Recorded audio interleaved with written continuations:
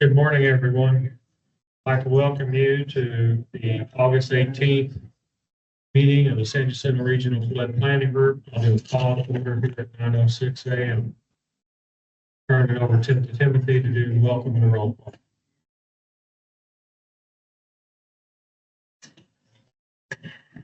Timothy Booth. Olivia Benson.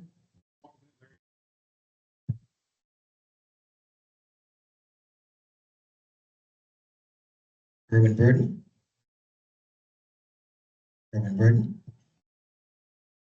Augustus Campbell.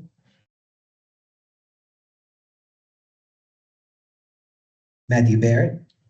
Alternate Dan Grant, San Jacinto River.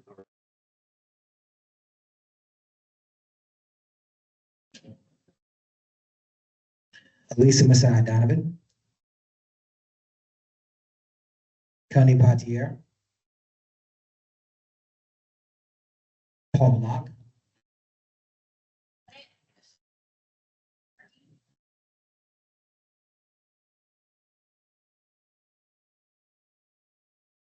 Thank you. Hanadi Rafai. Paresh Lab. Jill Dordor Rice. Repeat your last name for me, sir.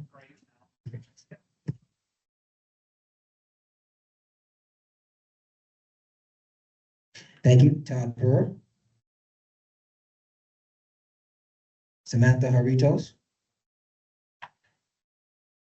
Christina Quintero. Imelda Diaz. We have quorum. I do believe Samantha and Imelda are still in. Okay, thank you. Can you please go through our non-voting? Hope Zubik. Michelle Ellis. Kristen Lambert. Joel Clark. Santiago Franco. Nicholas Collins. Melinda Johnson. Justin Bauer. Your name, ma'am?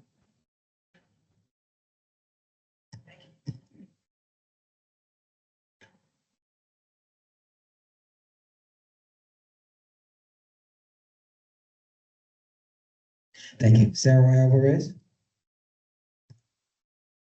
Michael Turco. Elisa Max. Sally Bacco. Here. Tom Height. Lisa Maris. Steve Moon. Mark Vogler.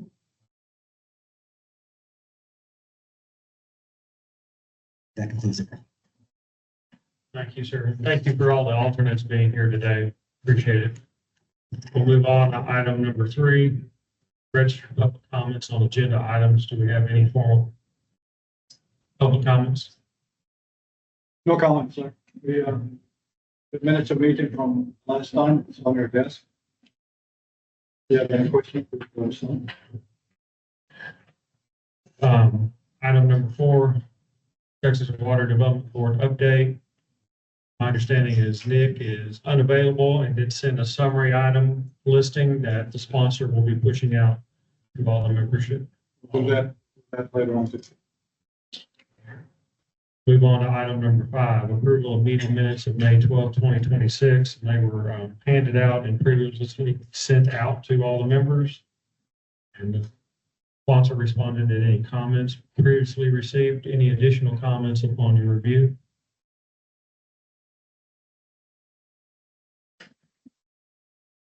Hearing none, I'd entertain a motion.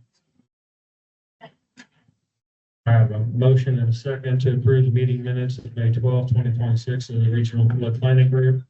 Any further discussion? Hearing none, all those in favor indicate by saying aye. Any opposed? Any abstain? Motion carries. On to item number 6, Liaison reports pertaining to other regions, progress, status, and other related entities. Regarding the Trinity, typically Todd would speak to that. I've been on the email string for the Trinity. They're continuing to move forward similar to as we are. I would assume the Natchez is doing about the same as well as the Lower Brazos. The liaisons are here currently at present. Region H would be Mike Turco. And I know Corey's in the room. My understanding they reset their plan and now they're in their next 5-year cycle right now. And then I believe Sally is here. And someone will get her a mic. She can speak briefly to the Gulf Coast Protection District. Good morning, everyone. My name is Sally Bacco, and I'm a board director with the Gulf Coast Protection District. Happy to be here this morning. We have great news with regards to federal funding. We have funding up to $6.75 million from the FY26 appropriations, as well as the FY26 U.S. Army Corps of Engineers work plan. But what is most prominent is the Coastal Texas project is now a line item in the president's budget request for FY27, which sends a significant signal for us in budgeting U.S. Army Corps of Engineer resources. For FY27, we have an earmark, or better known community project funding request that Congressman Weber was able to place in the FY27 Energy Water Development Appropriations Bill. That bill has not passed yet, so we're looking at continuing resolutions, but we're hopeful that that will go through. On Bolivar Road's gate system, we're now heading into the task order number 3 with Jacobs Engineering Group, who is leading our preliminary engineering design work.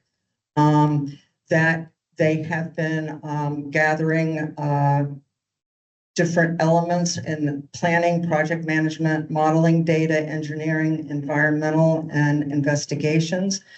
They have been working with stakeholders to identify a short list of barrier system alignments and gate configurations into 3 or 4 different options. They're coordinating with geotechnical contractors to prepare a proposal to collect data for the gate. And a recent navigation workshop selected 2 design vessels that they will utilize in their simulations in developing the designs of this gate system. So we're trying to move on an aggressive path through this period.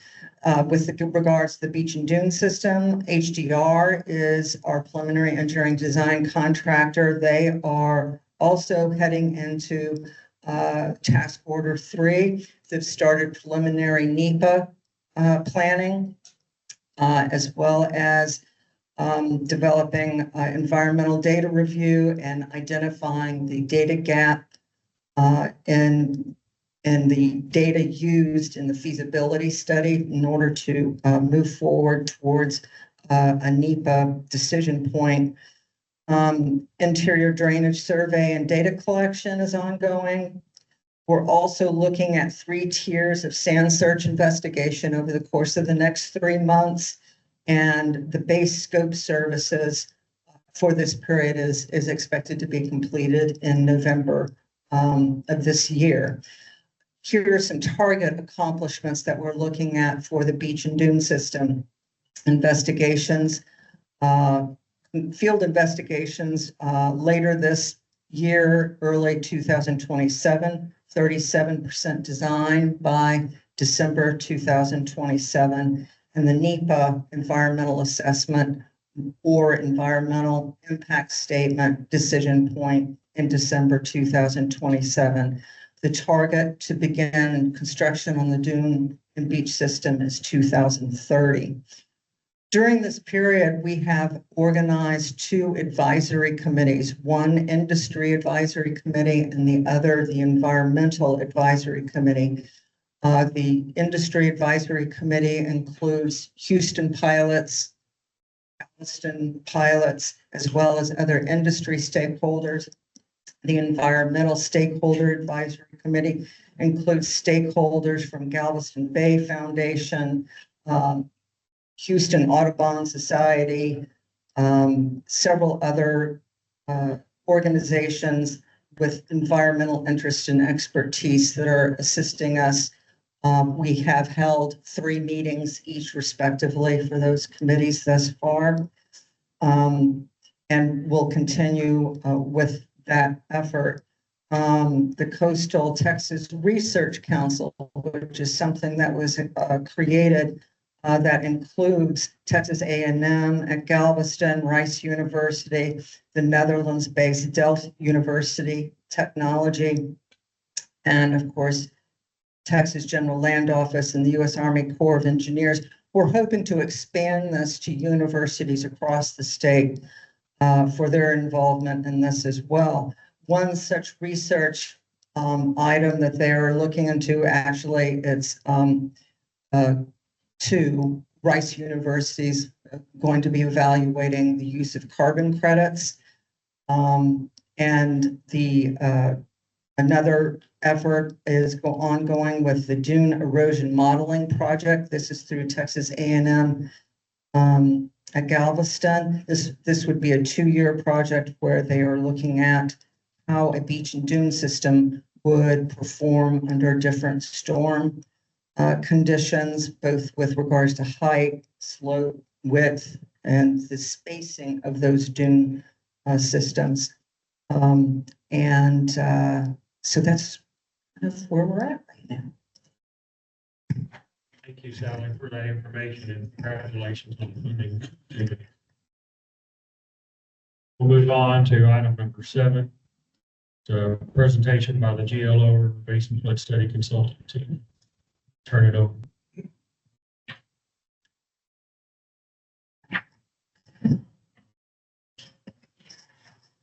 Good morning, everybody. Thank you so much for allowing us to join your meeting this morning. We really appreciate the opportunity. My name is Ashley Poe. I am the project manager for the Central Region River Basin Flood Study on behalf of GLO. So we're here to give you all an update, kind of briefly go over everything we've done to date and kind of the latest progress as it relates to the regional flood planning effort. So with that, I have introduced myself, but I'll go ahead and pass the mic to my co-presenters. Morning, my name is Mark Balls, and I served as a technical advisor for this project. Morning, y'all. My name is Will Parker with H2O Partners, and I'm part of the outreach team for the Central Region. Thank you, guys. So if we go to the next slide. We introduced ourselves. Obviously, we're the project team, but this couldn't be done without the efforts and the management team from the GLO who's funded this project. So some key representatives that manage our team and oversee the entire program. Shonda Mace is over the CDR team at GLO, and she has 2 project managers, Crystal and Skylar. And then Melissa Washington, I swear she could clone herself. She's everywhere and anywhere all at the same time. But if you don't know her name, you should get to know her. She's a great connector. She works on the IGR team for GLO. All right, so as I mentioned, brief agenda, we'll try to keep it quick and efficient, but really want to make sure we raise awareness to all the work products and everything that came out of this, because we really hope it will feed into your continuous effort, given that our study does end at the end of this year. So we'll do a little bit of a study overview. We'll go over the phasing and previous coordination we've done with the regional flood planning groups that are covering the same geography as our region. And then we'll talk through a little bit more on the details about the proposed mitigation alternatives this phase, a little bit more about our funding and technical assistance, which will continue through the end of the year, and then next steps kind of coming out of this meeting. Okay, so for those who have been in previous meetings, and we've been here before, y'all have seen this graphic probably several times over again, but it's really just a way to reorient the audience and everyone to make sure y'all see how big this program is. We're here on behalf of the Central Region, but we are just one of 4 regions as a part of this program and study that GLO has funded. So really coming out of disaster declarations from Hurricane Harvey, as well as disaster declarations associated with 2016, 2017 floods. is funding all of this work kind of across the coastal region of Texas. So the primary objectives of this study and really the driving goals and objectives that really inform decision-making with each phase had to do with the GLO is always looking for ways to empower and provide information that helps equip others with more information, better information, so that y'all can make best decisions for your specific circumstances and needs. And so that included developing modeling to support flood mitigation and understanding of flood risk, right? We understand this region in particular is super model and data rich. And so really finding ways to complement and supplement what already exists was a key part of what we looked at early on. And then we've moved into this and we're completing the identification of large scale, really kind of regional scale flood mitigation solutions, because as a state agency, we're not restricted, GLO is not restricted to only jurisdictional boundaries. And so that was an objective of theirs, is to really look kind of bird's eye view at flood risk across the region and look at these potential for large regional scale flood solutions to see if we could advance those and consider them. And then finally, something unique about the study is it does have a funding and technical assistance component to try to best align and provide recommendations on how to advance the projects that came out of this study. I will say, I mentioned it at the beginning of the presentation, but down at the bottom there is a key takeaway from today. You know, we kind of ceased to exist after the end of this year. And so something that was really important for us was to work very closely with regional flood planning groups, because y'all exist in perpetuity, right? And are serving this region, know this region. And so making sure that y'all have all of the information and resources and technical products that have come out of this to continue to further your efforts. Okay, so this kind of distills, I don't even know how it does 6 years into one slide, but kind of key takeaways here on what went in is off onto the left-hand side. And then obviously our study had goals and objectives that we've already outlined on that previous slide. And then there on the right-hand side really describes the products and what we want y'all to be able to leverage, to use, see as outcomes from this study. So on the left-hand side, that included a significant data collection effort, which we actually coordinated directly with regional flood planning groups at the beginning to reduce that burden on stakeholders. We had a lot of early feedback about, I don't want to get the same request 17 times. That's really burdensome for us as a small community or somebody who wears 14 hats. And so we really did work very closely. We tracked that. GLO and Texas Water Development Board actually signed a data sharing agreement that allowed technical consultants to work hand in hand and make sure we were not duplicating effort or adding burden. So it's a tremendous effort here, especially in the central region and y'all's regional flood planning group region in particular. We also know that there were ongoing and previous studies as it pertains to alternatives analysis, right? We're not the first project team to come into this area and look at potential flood mitigation solutions. So really making sure that we were aware of what was going on, what had been done in the past, and if there are ways to complement, supplement, or look for additional ideas that maybe hadn't been vetted in the past. I will say one note about alternatives analysis in particular is the value is not just in what we're producing and recommending, but there's also value in knowing what we did vet and didn't recommend. So we're also tracking that information as well, so that people don't end up kind of vetting and trying to evaluate the exact same projects again. And then lastly, instrumental to the entirety of this project has been community input. We've tried to be as involved and communicative as possible. We've used different funding or outreach mechanisms. Our team has been great at doing this and trying to find ways to meet people where they are and how they best communicate. So that's all gone into our study. And then on the right-hand side is really kind of those key takeaways about, we really wanted to support the regional flood plans and get everything that we have generated, developed, collected, studied to y'all. We have updated modeling where we've complemented or supplemented what already existed. We have additional recommended projects that we're looking to support advancement of and coordinating directly with y'all's technical consultant to do that. And then obviously we're coming up with recommendations and really vetting some of the funding sources. Obviously the funding landscape is evolving and changing, so we will do the best we can with what we know today. But the intent is to provide strategies and recommendations rather than solely on like a fixed, it's only, relevant as of today's circumstances. So.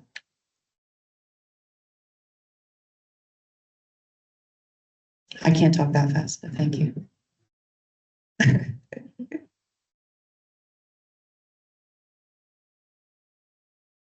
a sensitive mouse. It doesn't want to hear the other two slides.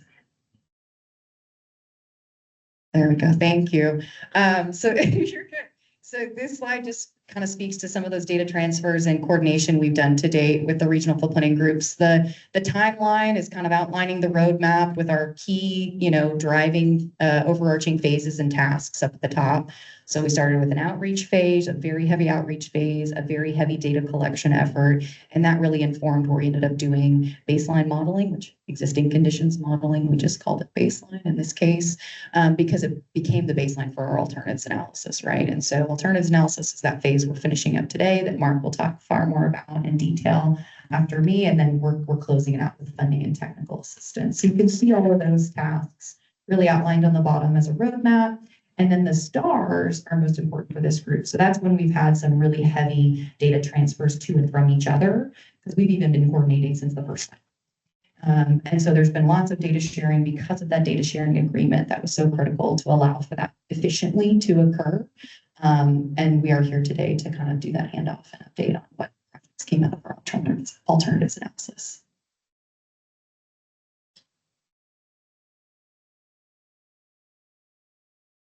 All right, this last slide before I hand it over to Mark to talk specifics about projects that y'all are probably far more interested in, is really a little bit more about the process that we went through from an alternatives analysis standpoint. I will say before we jump into some of these details and these key milestones that drove our modeling effort, it's important to know that the stage of project that we're talking about as an outcome from this study is really kind of pre-feasibility. It really does need a good, heavy refinement and review on the modeling, just given the scale of these things. So I want to make sure that I caveat that and so that y'all, as you consider how it's best incorporated into the regional flood plan and how it most effectively gets advanced, that we're thoughtful about the stage that the project is in, because we have done some vetting and evaluation, but we really want to make sure there's due diligence done before there's potential proposal for, design and construction of something, right?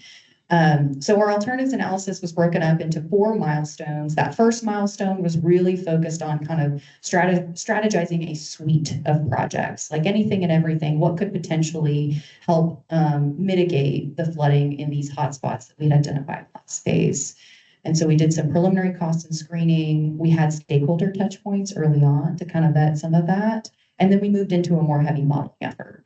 And so that after that 50% milestone, we got into, we had some modeling. And so therefore we needed to go in, get feedback after that modeling effort. I will say something that I didn't mention, as we completed milestones, those were reviewed by GLO's technical review. So they have a complete independent technical review team who has been ensuring quality control and that we're adhering to standard operating procedures that were established for this program. So there is that independent element of quality control throughout the process.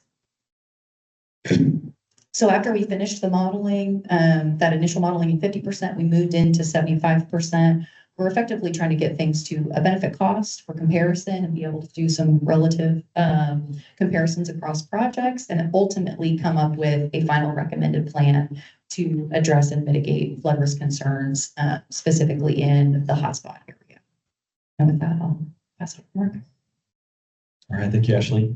So I'll touch on the specific projects which were recommended out of this plan. So on this next slide, it has that shows the 10 mitigation areas where projects were developed. And so this came out of the hotspot analysis from that baseline existing conditions modeling. And so for the areas in the San Jacinto watershed, it's based on the models from the master drainage plan that was completed. So there wasn't new modeling created for that. Existing model was leveraged. So there was a lot of risk identified from that modeling. And so you can see there's a number of mitigation areas listed there, and we'll zoom in a little closer in a minute. But you will notice there are a couple on the south side as well for Mustang Bayou near Alvin, as well as Chocolate Bayou.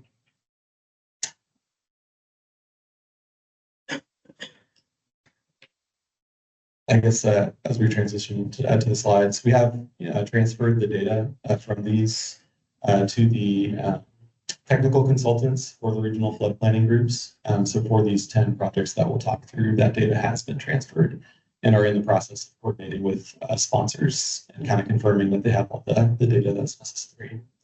So to zoom in a little bit on the upper San Jacinto watershed mitigation areas, again, these built upon items that had been identified in the San Jacinto master drainage plan. And in some cases, there was additional work that had been performed. So for example, there was the Spring Creek feasibility study by SJRA. And so this complemented the work that was done as part of the studies, not duplicating effort that took place. In some cases, part of that process was being able to pair some of the recommended projects. So for example, pairing detention with conveyance improvements so that you would have an overall adverse impact from that pair of alternatives. And again, to the point that Ashley made, also to be able to tell that story, here's the full suite of alternatives that could be possibly considered, but here's why you really need to focus on these particular ones to really justify that roadmap to the community on what was recommended. Again, this involved kind of extensive coordination with stakeholders, so there were multiple touch points through this process to gain input.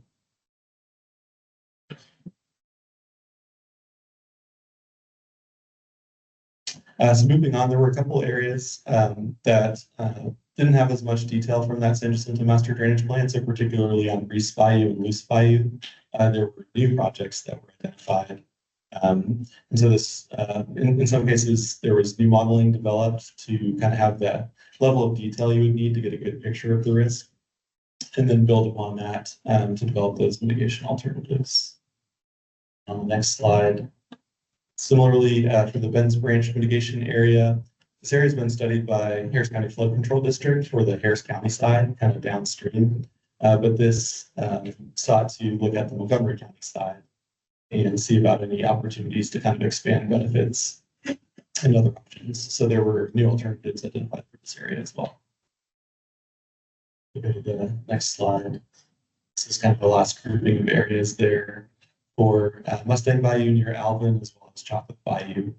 In this case, this leveraged the baseline modeling that was developed as part of the GLO study, and then identified new projects for these areas. You can see some of the stakeholders that were involved. And so here's a summary of those 10 recommended projects that came out of that mitigation area analysis. And so we have each of those areas listed, which project was recommended, the overall benefit and cost. In this case, benefits were computed using the Texas Water Development Board tool, that BCA toolkit. So you can see that overall ratio. Then we've summarized the metrics. And so, besides these kind of summary metrics, we've also collected other data that can feed into the regional flood plans in terms of those 10 FMXs that are for which that data has been transferred. All right, so with that, I'll pass it over to Will to talk through the communications piece. All right, thanks, Mark. So to kind of wrap up here, after the technical information that Mark provided, I want to talk about a couple resources that are already available out of this study, and then what you can kind of expect out of the rest of this study over the last few months, the rest of the year. So the first thing is the data and models query tool, the DMQT. This is an online resource hosted on the TDIS platform. This is the homepage of the tool. And on this platform, the baseline modeling data, as well as the alternatives analysis data and reporting, has been uploaded onto here. So as Mark and Ash already touched on, that data from the alt analysis, those recommended projects, have already been delivered to the technical consultants at the RFPGs. But this is another resource where stakeholders more broadly can access that data. So if you're unfamiliar, you log on. This is the homepage of the website. If it's your first time using it, there's a login button up at the top right. You create an account like you would anywhere else. And then you've got this county view. If you go to the next slide, we'll have clicked on, I believe, Montgomery County. When you choose a county that you want to see data that's available for it, a pane on the right side, like you're saying, will pop up with all the baseline modeling, alternatives analysis data that lies within that county. So then in this example, we pick, I believe it's Spring Creek. If you go to the next slide, and when you click on that individual model, you're able to see this full page with more information on it. So on the left side is the metadata, so you get information on the jurisdictions that lie within that model, description, further information on the purpose of it. In the middle there is a more detailed, image of the geographic extent of the model. And then crucially on the right are all the downloads. So you're able to download the complete modeling package, the results, the reporting, and spatial data related to it. So I'm excited to have this resource out for stakeholders to be able to, get access to some of these products from the study. On the slide itself, there is a link to this website in the bottom left there. If any of y'all or any, anyone in your community uses this resource and has any issues, we'll have a contact email up at the end of this presentation. Please feel free to reach out. If I'm not able to solve your issue with the website, I'll connect you with the TDIS help desk or someone who can. So excited to share that.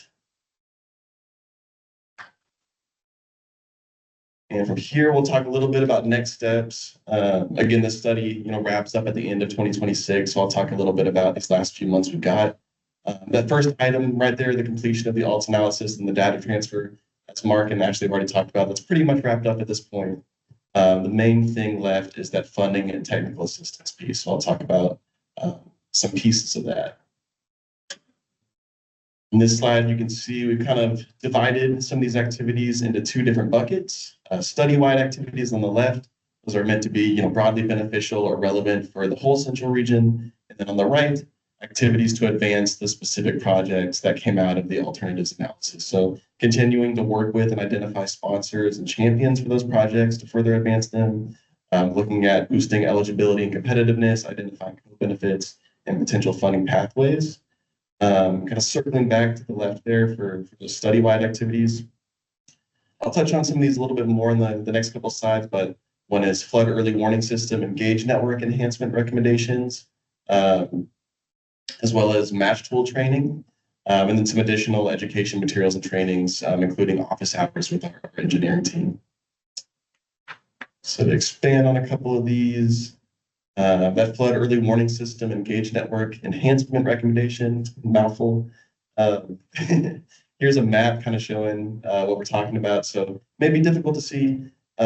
There's some darker grayed out dots on that map. That's a map of the whole central region. Those gray dots are existing gauges and flood early warning systems that we were able to kind of catalog from our data collection effort.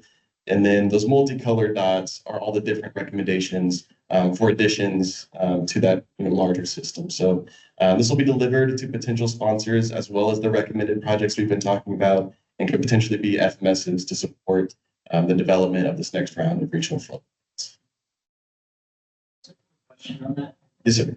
So the new gauges, it's going to be, you're looking for sponsors. Is the idea that USGS will manage all of those, or these local community gauges on there? Janice, I'm not sure I have a great answer for you. I don't know if you have any insight on that, Ashley.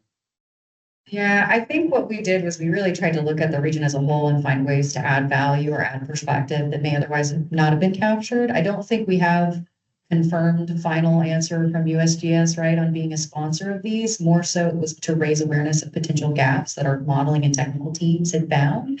And so overall recommendations on locations that would really benefit to make sure there was awareness of the geographic extent and kind of volume that we were talking about. So just as we talk about kind of transferring modeling products to y'all, and if y'all have strong opinions about how it gets included in the flood plan, we want you to drive that. We definitely don't want to dictate that.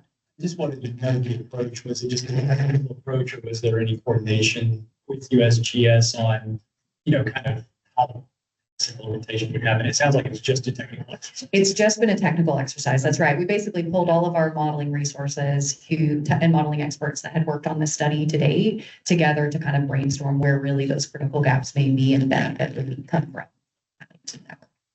Yeah, absolutely. Appreciate the question. In addition to those recommendations, another piece of the funding and technical assistance activities coming out of the study is the match tool. So if you're unfamiliar, this is similar to the DMQT, and that's another website, online resource on the TDIS platform. As you can see on that slide, MATCH is another acronym, stands for Mitigation Assistance for Tailoring Choices tool. And essentially, this was something that was identified as a critical need, particularly following Hurricane Harvey and that recovery effort, where even when there's funding for flood resilience and flood mitigation projects available, jurisdictions often have different issues, whether that's just knowing what funding is available, knowing what would be most applicable and appropriate to different projects that they're interested in. So the idea for this website is to be a centralized, user-friendly resource to house a lot of that information and connect some of those dots. And on this slide is what if you log on to this website, what the homepage looks like. So the 4 key functions of it are highlighted in those multicolored boxes in the lower third. On the far left is funding opportunities. So this is just a database where you can go through and look at state funding opportunities, federal funding opportunities for flood mitigation, flood resilience, and sort through based on eligibility criteria, what types of projects they're seeking to fund, what's open, what's not. So that's the first resource. There's also the projects right next to that, which is another sort of exploratory database where you can look at ongoing or already funded and complete projects elsewhere in the state of Texas. So maybe, you have a detention project you're looking to implement. You're not sure what funding pathway might make the most sense. You can look at already successful projects elsewhere in the state and see kind of what that funding pathway looked like for them. Third is application insights. That's what it sounds like. It gives you tips, insights on how to make the most competitive grant application you can based on, the type of project you're looking to fund and the type of funding you're applying for. And then that last box there is just general resources, links to other existing resources. About a month or two ago, we held a virtual webinar where some of the development team of the Match tool went through and showed how to use it. That was recorded and I believe is housed under that resources tab. So if y'all log in, that's another resource you can use to kind of get acquainted with the tool. It's pretty exciting. You can start in the funding opportunity side and then, find a funding source you're interested in. It'll take you to the application insights and, show you how to make the most competitive application for that specific funding source. So a lot of cool ways to use it. And I think on the next slide, we have a QR code for it. So, how often do you update the funding opportunities? Because I was taking a look and stating that if you showed information about upcoming opportunities, so That's a great point. And I think the Match tool was first kind of stood up in this past year. I think there was initial sort of rollout of what's available now, and then was transferred over to the TDIS team it's housed under. So I think I don't have an exact answer for how often it's updated, but I know they're working on continuing to keep this current and maybe adding a wider breadth of different funding opportunities. But I think that's good feedback to be able to kind of get ahead of what is upcoming, not just what's currently happening. Appreciate that.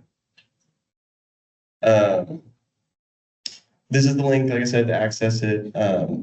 If y'all do have any more thoughts or feedback or questions following this meeting, again, I'll say the same note I did for the DMQT. Please feel free to point it to our email at the end of this presentation.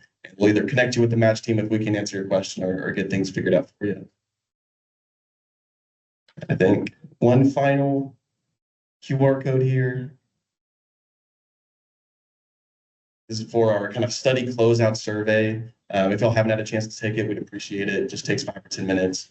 And it's just asking some general questions about what you've gotten out of the study so far, what your participation awareness of it has been, and what you would want to see most out of kind of the closing few months as we focus on funding and technical assistance. I think with that, that is all we've got. Are there any additional questions?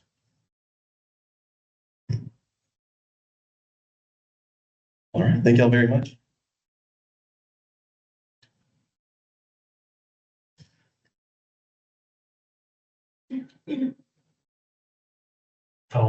Thanks Ashley and the team. Appreciate that briefing and presentation. For the voting membership, that presentation was submitted, sent out by the sponsor to each of you and is also located on. Appreciate it. There's some definitely interesting things and potential for the baseline information. I know I'll be bringing back to my folks. Thank you again. We'll move on to the next agenda item. The item number 8, San Jacinto Regional Flood Planning Group Technical Committee report. Oh, hi. So I just want to say that Samantha and Imelda also joined us today.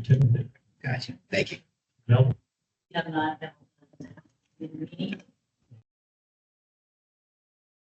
Thank you.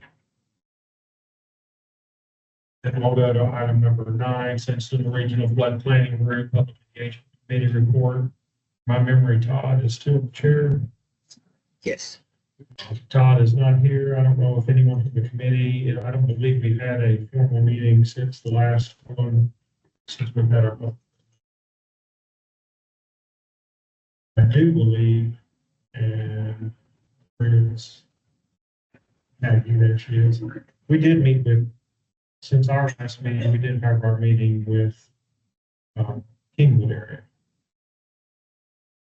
And we had a nice conversation, provided a lot of questions to us. Some of the things are outside our world, but there were many things that I thought were interesting from their point of view, and encourage them to participate in any of the comment sessions, public information, participate in this meeting, and know that our ears are always open for them to bring something forward.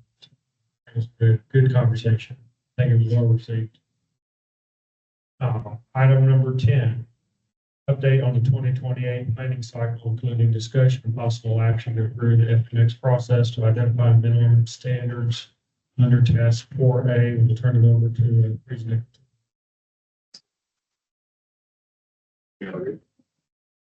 Hello. Great. So if you go to the next slide, the agenda, we've got a couple of things to talk through today and one action, hopefully.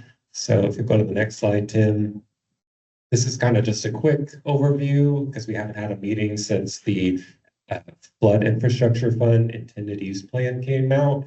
Hopefully you saw the emails that were sent out about it, and our region did submit public comments on behalf of the whole San Jacinto region for the June 12th deadline. And so we are currently waiting for that stage 1 to begin of the abridged applications for this FIF competition. And so there are a couple of bullets I put of just changes from the last FIF competition.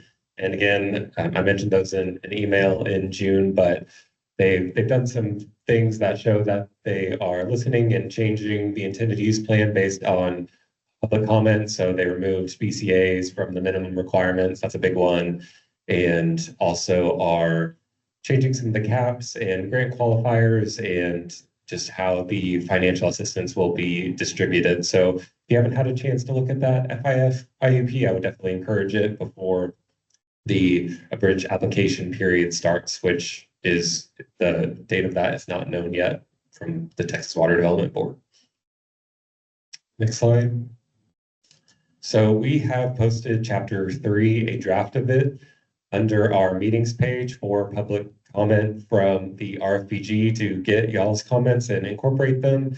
This chapter is one that includes both our management practices, our needs analysis, and our goals that were approved last year. And so a lot of it is items that the RFPG has seen, but we do want to get y'all's eyes on it before the official public comment period next year, before our draft is due, and get any comments back by September 8th. So you can email us at our technical consultant team email, and we will continue to develop and refine this chapter ahead of next year's submittal.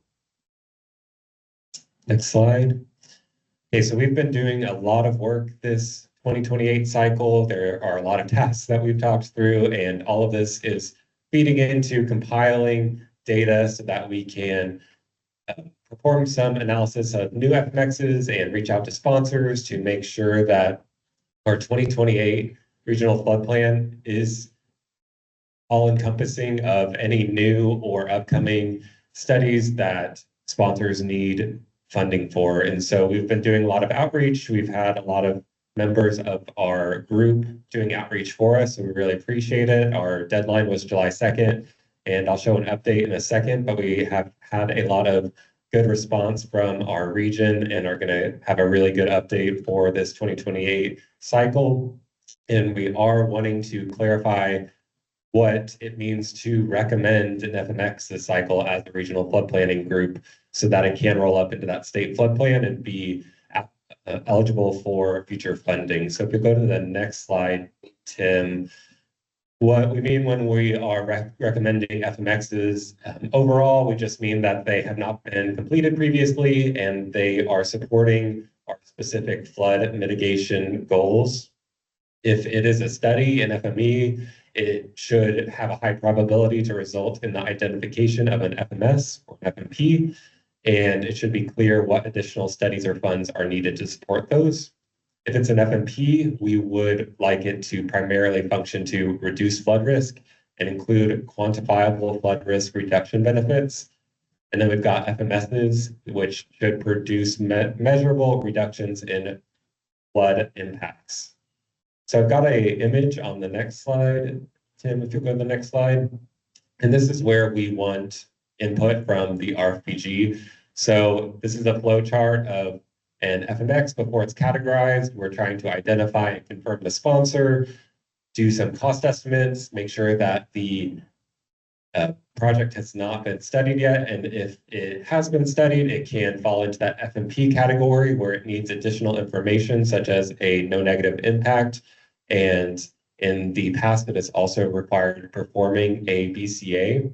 But as I mentioned on that first FIF-IEP slide, they currently do not need that BCA to submit for funding. And so we would like to propose to the group potentially allowing sponsors to submit an FMP without a BCA, and it can fall under that category where in the past cycle, it would have been an FME and just needed a BCA.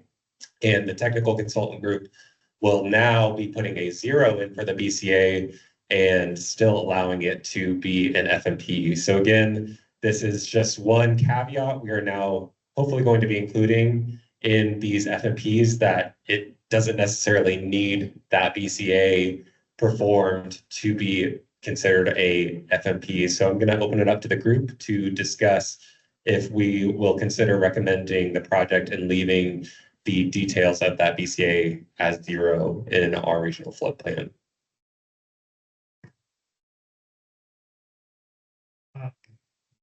Sure, what I think I understood before, if they did not do a BCA, they could not have been an FMP, they would have had to be an evaluation. Now they can go through they can be elevated to an FMP with a 0 BCA that will allow it to be in the plan. So then it'll get scored with a 0 BCA, or? Yes, it will. So it potentially may score slightly lower, but the percentage overall is 2.5% of the total score, I believe, in the current draft FIF-IEP. So if you look at it as a whole, it is a very minor percentage. And I think most sponsors would rather see it as an FMP in the plan than have to wait potentially for future funding cycles to get it to be evaluated and then moved up to an FMP and then eligible for funding. Makes sense. Yes, Augie. So I guess my base question is, what's the need? How many sponsors are looking to skip from FME to FMP right now? So, I mean, and how many people are already kind of sitting on that FMP? And is this really going to move the needle on any of the potential projects? Yeah, I think this has to do with a lot of our existing FMEs in the plan. We do have a good amount that are sitting in that FME category, but need a BCA. So I don't have that specific number. I can look it up, but I do know there is a handful that are sitting in it. I don't think it will affect that many. It's just really trying to help those sponsors who just need one last piece of information that may be missing it to elevate their project and have it eligible for construction funds and things like that in future FIF cycles instead of waiting for a BCA to be performed. So, and then what's the potential time savings of skipping that step just for reference?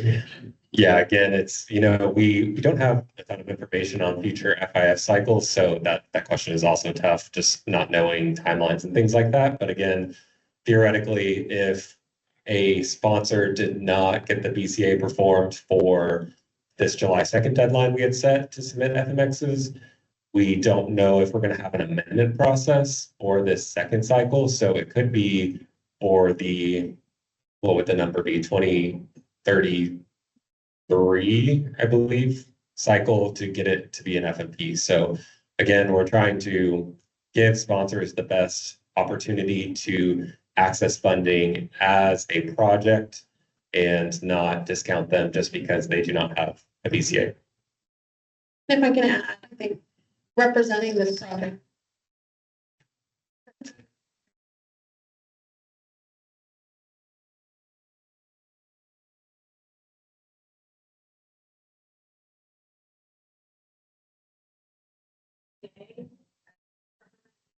And in reality, that project cost, the construction dollars is a lot larger.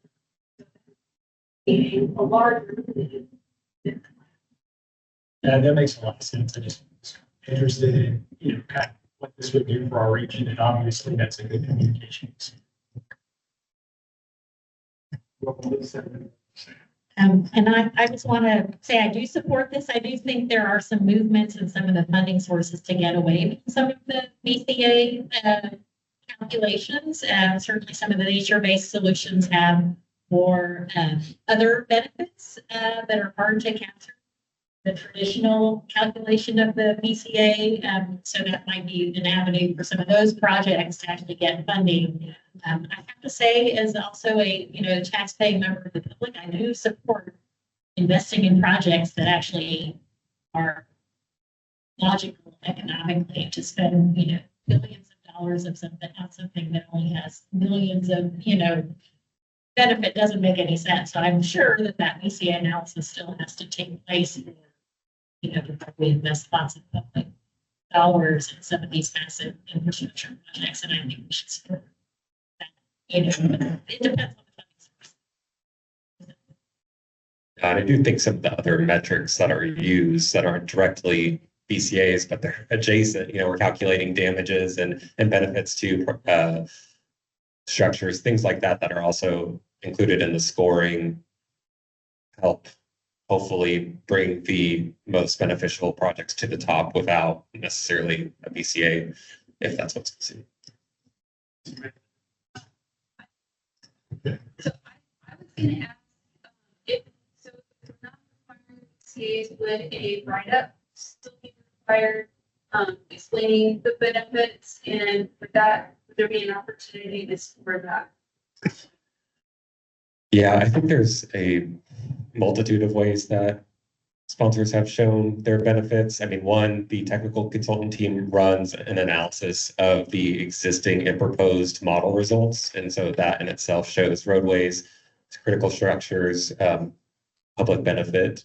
And then they report, we still usually need at least a letter to show that there's no negative impact. And so that is an important piece. But in some cases where a sponsor hasn't had that outlined, we've asked for a letter just signed and sealed by the engineer of record that says that there's no negative impact. And again, the tools that the technical consultant team uses to run the analysis of each FMP, they produce all of the components necessary to see if there are benefits or not. So in general, I think we, as a technical consultant team, as we've done the intake review, have seen that projects are benefiting the area and we're not recommending something in the plan that does not have benefits. And just to be clear, I do support this move quite a bit. In fact, Houston Stronger back in 2019 on the first intended use plan comments, we said a BCA requirement on FMP made no sense because basically, that's what that planning study would potentially do is come up with that BCA. So this seemed like an unnecessary impediment way back then. So it's good to see this kind of coming up to the front. We appreciate the new decision. Any other comments from voting membership? So Tanner, what's you need? Yeah, if we could get a motion to allow sponsors to submit a 0 or leave it blank if they do not have a BCA and still submit as an FMP, the motion. I have a motion to allow for plans to be submitted without a VCA and still be elevated FMP status. Do I have a second? I got a second by Samantha. Any other discussion? Hearing none, all in favor indicate by saying aye. Sorry about that. No. BCA, but still going to require that they have damages and benefits analysis, correct? Correct. Correct. Sorry. Reset, all those indicate by saying aye. Any opposed? Any abstained? Motion carries. Thank you all. And then just to show the progress we've been making so far this cycle on the FMX side of things, Tim, if you'll go to the next slide, we have a large amount of FMEs, FMPs, and FMSs that have either been received from sponsors. The technical consultant team has reviewed master drainage plans, hazard mitigation plans, and other online materials as well that have come out in the past couple of years and made sure to take any studies or projects and put them in the plan. We have, of course, the GLO that is submitting projects into our plan. And we have the needs analysis that was performed that is also identifying studies that will go into our plan. We are performing some studies on behalf of the Regional Flood Planning Group that will elevate some of our FMEs to FMPs in our plan. And then we also have the FME program going on that the Texas Water Development Board is performing FMEs in our plan to elevate those to FMPs. So again, these are not our final numbers. We're still coordinating with a lot of sponsors to make sure we have the information. But you can see that the group as a whole has done a great job of getting the word out on getting FMXs into our plan so that we can hopefully get more funding in this upcoming FIF cycle future FIF cycles and fund these important projects and studies. And so thank you for your help in getting sponsors' needs recognized in our plan. Yes, Dan. So for the 10 GLO projects that are presented in the table shown in the previous presentation, when incorporating those into the plan, is there any concern about like duplication with existing projects? So for example, like the Birch Creek one. Yes, so that is something that we are coordinating with the sponsors on if there is any overlap or any concern. So I do know with SJRA, we have been talking to y'all on and making sure that what y'all are wanting in the plan makes sense with what is existing in the plan as well as what is proposed through efforts such as GLO.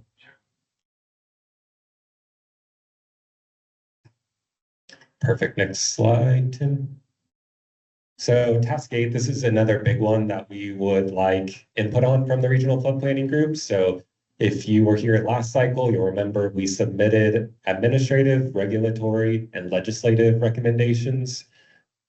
And these recommendations were rolled up into the state flood plan. And so these are recommendations that the RFPG believes are needed to achieve its goals.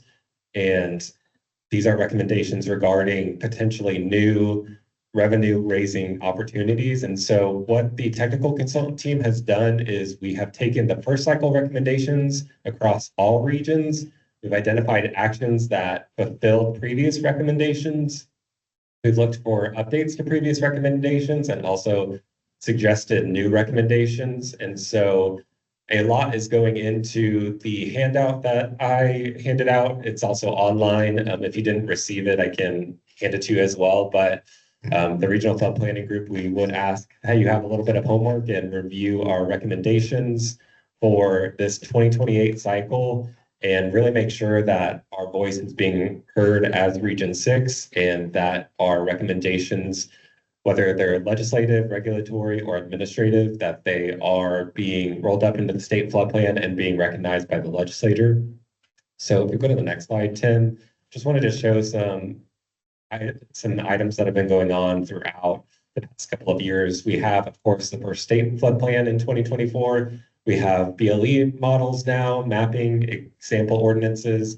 The nature-based solutions manual, which y'all heard about in the last RFPG meeting, is in progress. And then we have the updates to the FIF intended use plan. The Texas Water Development Board is also continuing flood analytics. We have the Texas Water Fund and Senate Bill 3.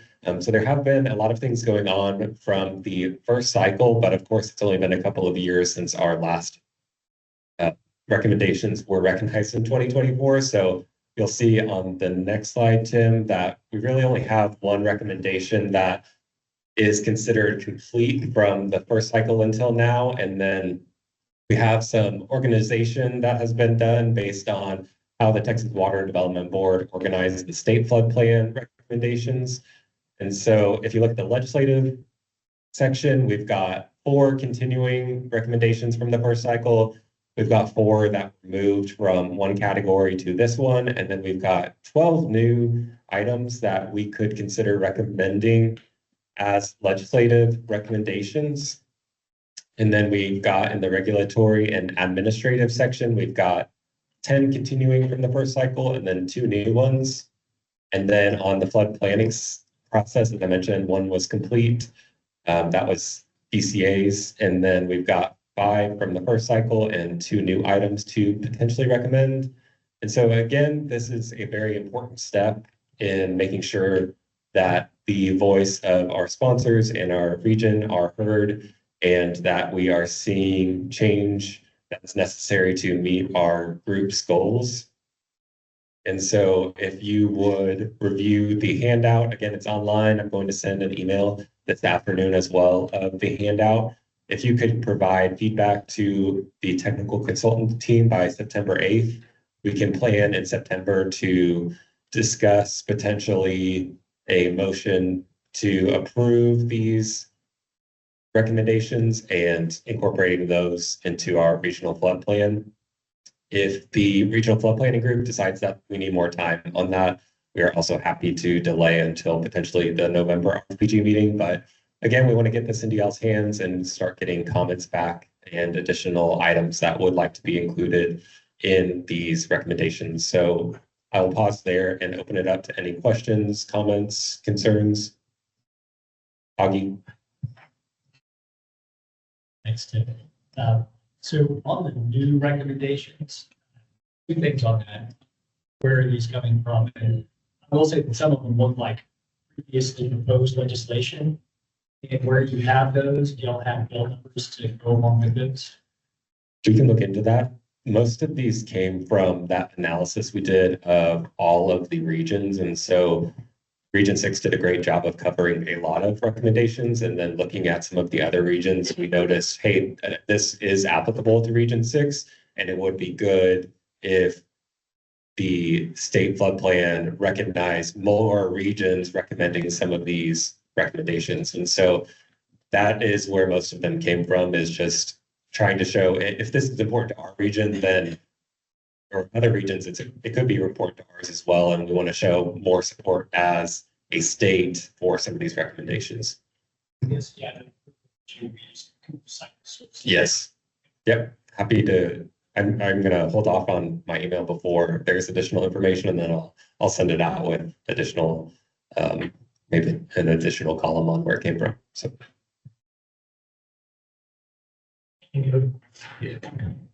Dan. So Tanner, on the flood planning, you know, 1 being completed. And then in the handout here, specifically speaking on F6, lesson requirements for a project to be considered FMP, it's noted as first cycle. Is that something that now completed, or it has been changed, or any comments on that one?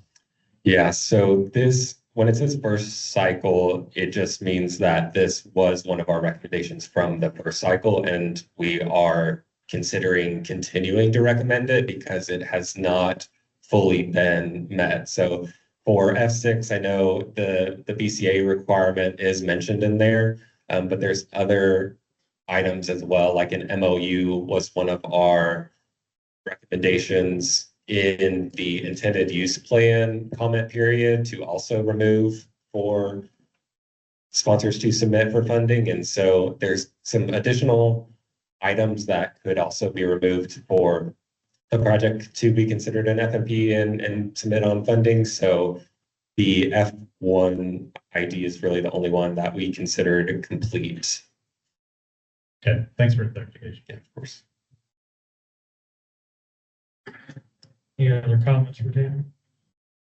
Continue on. Is that, yes, not much. The only other thing I might add is that in addition to building members reviewing this information, this is also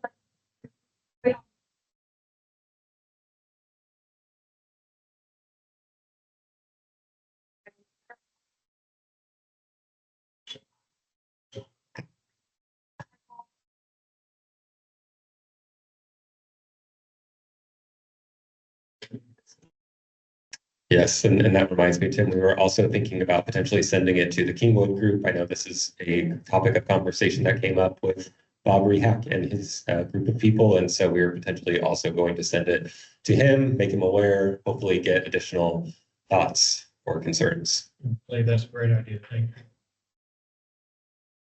you.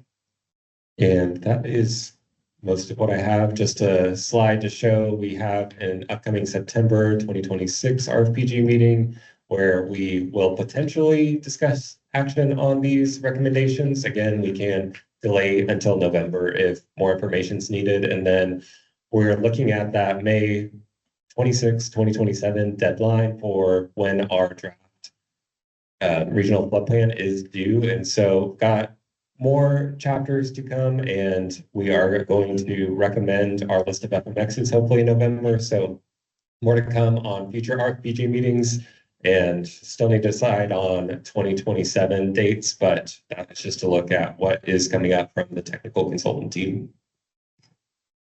Great. As we're looking forward, will you be taking a stab by the September meeting of meetings we need to have for 2027? And Timothy, you got to remember January 2027 meeting and post appropriately for the chair, vice chair, items like that. So whether we're going to have that meeting in January, if we have it in February, we're just going to make sure.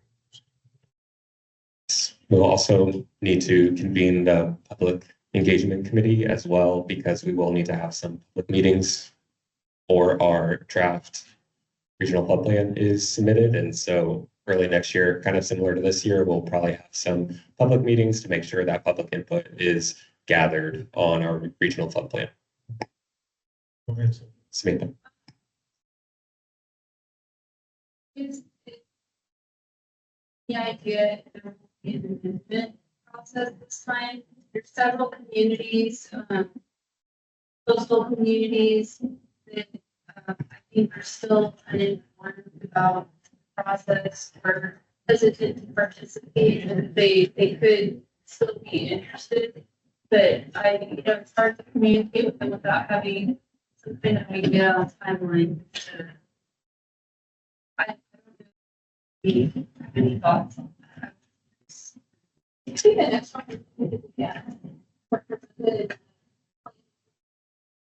It's 2028. And beyond that, okay. Okay, so that's very helpful because I don't want to get people excited and but I do think there's still communities that are interested in participating and may not have enough time. Go ahead. Thank you, Tim. So just on that, I think that's a great point, where you could forecast on the public meetings, like the timing, and narrow that down and seek input on, especially the more advanced, like what months, and then what dates, and then you can communicate that out. We can communicate that out. I think that leads to better participation. So that's one of the things that's been kind of hard is we put those plans together, we're kind of afraid to put that information out. But if we can at least put, it's going to be this time frame and, get kind of like some comments that I think that would be helpful. It's something that last time we were doing, as we were doing, I was thinking it would have been helpful if we had been able to communicate to different stakeholders, this is the timeline. And so guys like Bob can say, hey, we really want to be involved in those issues. I in addition to that, I am learning this process, so excuse me if this is redundant, but also when we have these public meetings, the location is important to meet people where they are. And so I don't know if we have, where we have them, but to move out of Harris County might be an opportunity to get some of the input from those coastal communities. And, Bob's group and others in the north, Montgomery area. So I don't know if we do that. Great. I would suggest we continue that process to make sure we meet those folks at their location. Yes, certainly.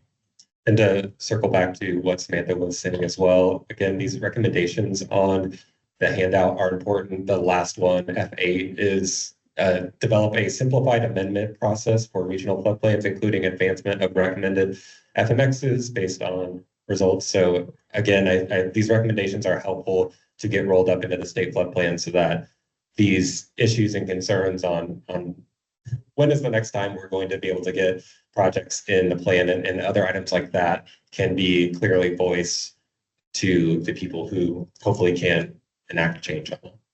Yes. It seems like there's so many things. Is there a way to sort of region, maybe if there's an announcement?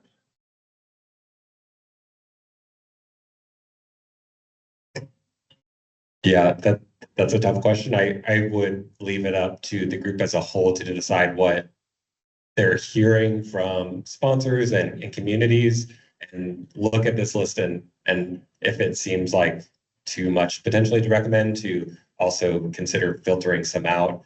I, as part of the technical consultant team, don't necessarily want to take it upon our team to filter anything out. I do know it is a lot of recommendations, but again, trying to cover our whole region and make sure everyone's voice is being heard. And so I would leave it up to the regional flood planning group to see if there is anything that needs to be filtered out, but these all seem to be important by at least one regional flood planning group. So it could also be important to us. And we have filtered out some. We didn't just put in every single recommendation. This is kind of the top ones that seem like they need to potentially be voiced in our region as well.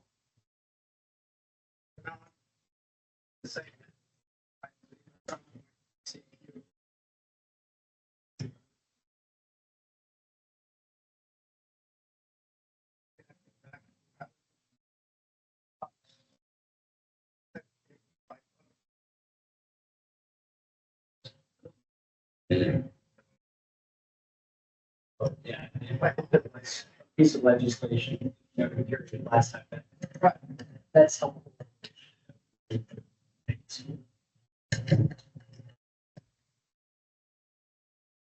I think what Tanner's gonna do is indicate where, if this came from region it came from past legislation, what it was.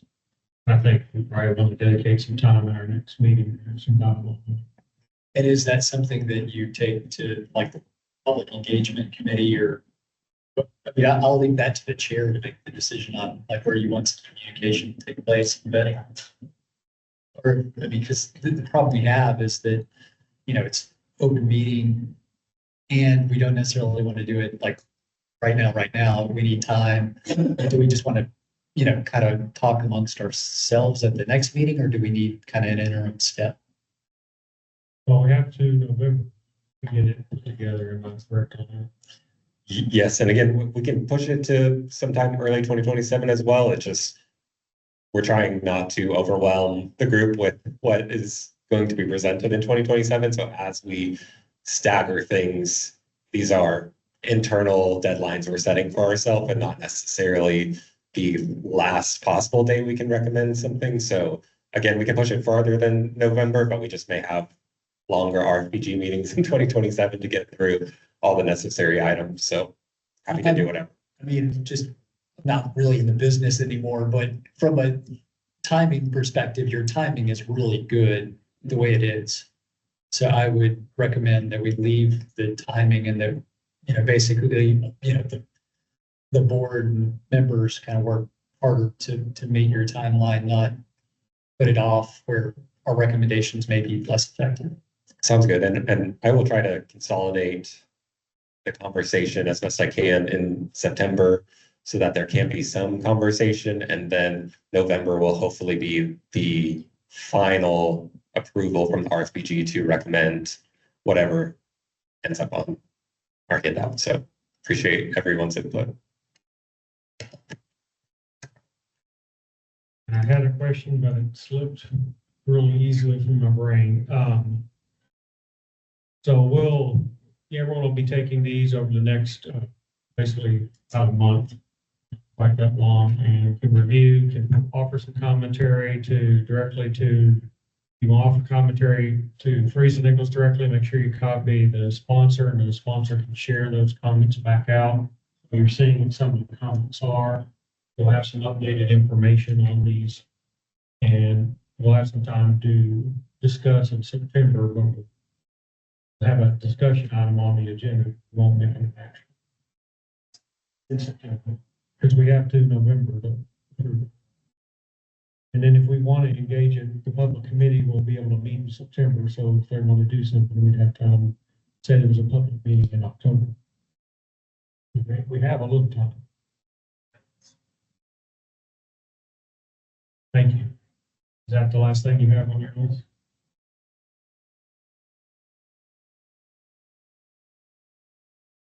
Item number 11, Simpson Regional Flood Plan Group nomination, a new voting member. This is really a discussion item. We can't take action today. As most of you are aware, Dr. Peterson left flood control. She was our member on flood districts, and she sent me her resignation around the 20th to 22nd, I think, of July. We immediately had the plan sponsor post a vacancy announcement with Florida flood districts. I know we have received at least two submissions. Expiration date will be what? The 28th. So I'll probably, the executive committee was made up of 5 individuals. We would have 4. We may post to have an executive committee meeting, but we're probably going to be in a time pinch between now and September 8th. So we may have a fairly open dialogue about the voting member without a formal recommendation from the executive committee, but I may try to push that through. If they're due on the 28th, we're meeting on the 8th, I'm probably. Sorry. 24th, I'm sorry. 24th of September. Oh, 24th is May. Right. Thank you. We'll move on to item number 12, consider agenda items for next meeting. Clearly, one would be the consideration of a nomination of a new voting member based on submissions. We'll have discussion on legislative recommendations. Of course, we'll have whatever else Tanner has on his list. Does anyone else have something that they specifically want to see on the agenda? Hopefully, we'll have a forecast of our 2027 dates. And for the sponsor, once we have a kind of concept of dates, we'd like to run our tracks on United Way, being able to be here. All right, item number 13, any additional public comments? Anyone in the audience have a comment? Seeing no hands, we'll move to item 14. And at 10:24, I'd like to call adjournment of the RFPG August 18th. Thank you.